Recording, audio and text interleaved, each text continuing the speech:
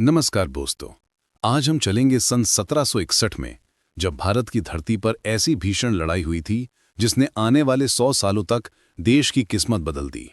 ये थी पानीपत की तीसरी लड़ाई, मराठा साम्राज्य और अफगान बादशाह अहमद शाह अब्दाली के बीच।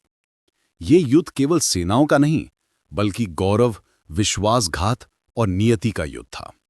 उस समय भारत एकजुट नहीं था। मुगल साम्राज्य अपनी अंतिम सांसें ले रहा था और दिल्ली की गद्दी बस नाम मात्र रह गई थी। इस मौके पर मराठा साम्राज्य ने उत्तर भारत तक अपना प्रभाव फैलाना शुरू किया।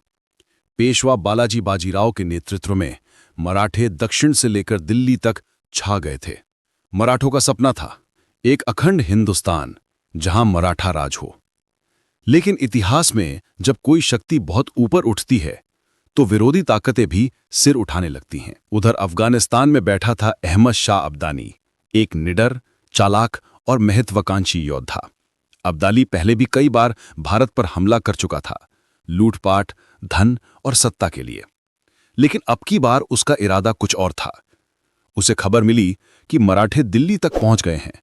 उसने कहा कि अगर मैं आज नहीं रुका तो कल ये मराठे कंधार तक पहुंच जाएंगे।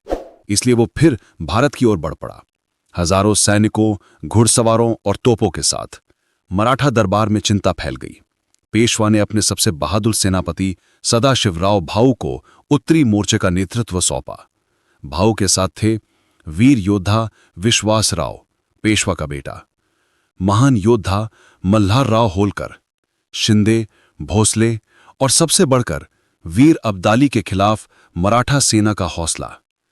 भाऊ ने अपने साथ लगभग 70,000 सैनिक, 15,000 घुड़सवार और तोपखाना लेकर दिल्ली की ओर कूच किया।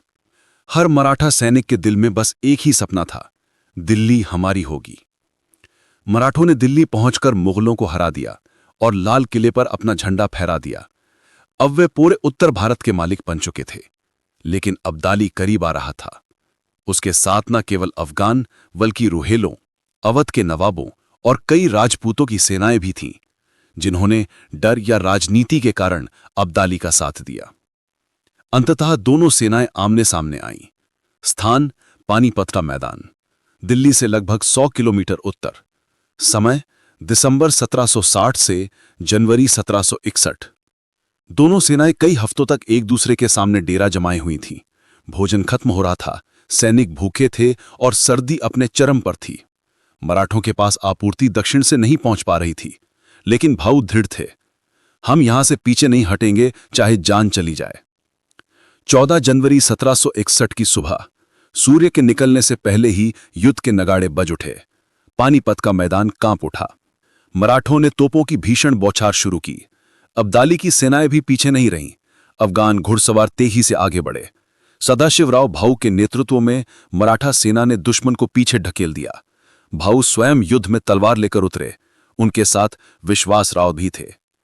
भाऊ की तलवार की चमक देखकर मराठा सैनिकों का जोश बढ़ गया। लेकिन तभी अब्दाली ने एक चाल चली। उसने अपने अफगान घुड़सवारों को पीछे हटने का आदेश दिया ताकि मराठे भ्रम में आगे बढ़ें। और जैसे ही मराठा सेना आगे बढ़ी, अब्दाली ने चारों ओर से घेर लिया। ये थी अब्दाली की घातक रणनीति। दोपहर तक मराठा सेना थक चुकी थी। खाना नहीं, पानी नहीं और लगातार लड़ाई।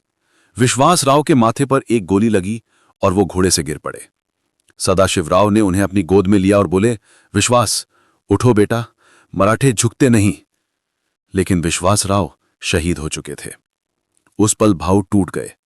उन्होंने अपने सैनिकों से कहा, आज से कोई पीछे नहीं हटेगा, यह धरती हमारी अंतिम शरण है। भाऊ घोड़े पर सवार होकर दुश्मनों के बीच कूद पड़े। उन्होंने अब्दाली की सेना में आतंक मचा दिया, लेकिन वो भी भारी घेराबंदी में शहीद हो गए।